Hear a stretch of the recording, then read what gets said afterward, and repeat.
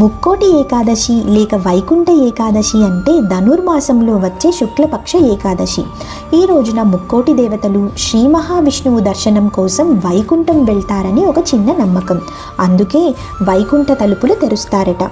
అసలు విష్ణువుకు ఏకాదశి అంటే ఎందుకంత ఇష్టం?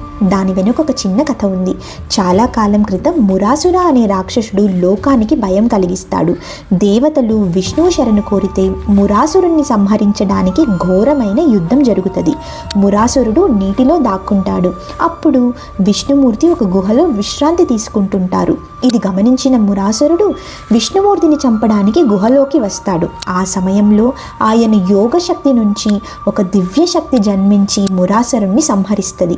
నిద్రలేచిన మహావిష్ణువు ఆ శక్తికి ఏకాదశీ దేవి అని పేరు పెడతారు. అందుకే ఏకాదశి విష్ణుమూర్తికి చాలా ప్రీతికరం.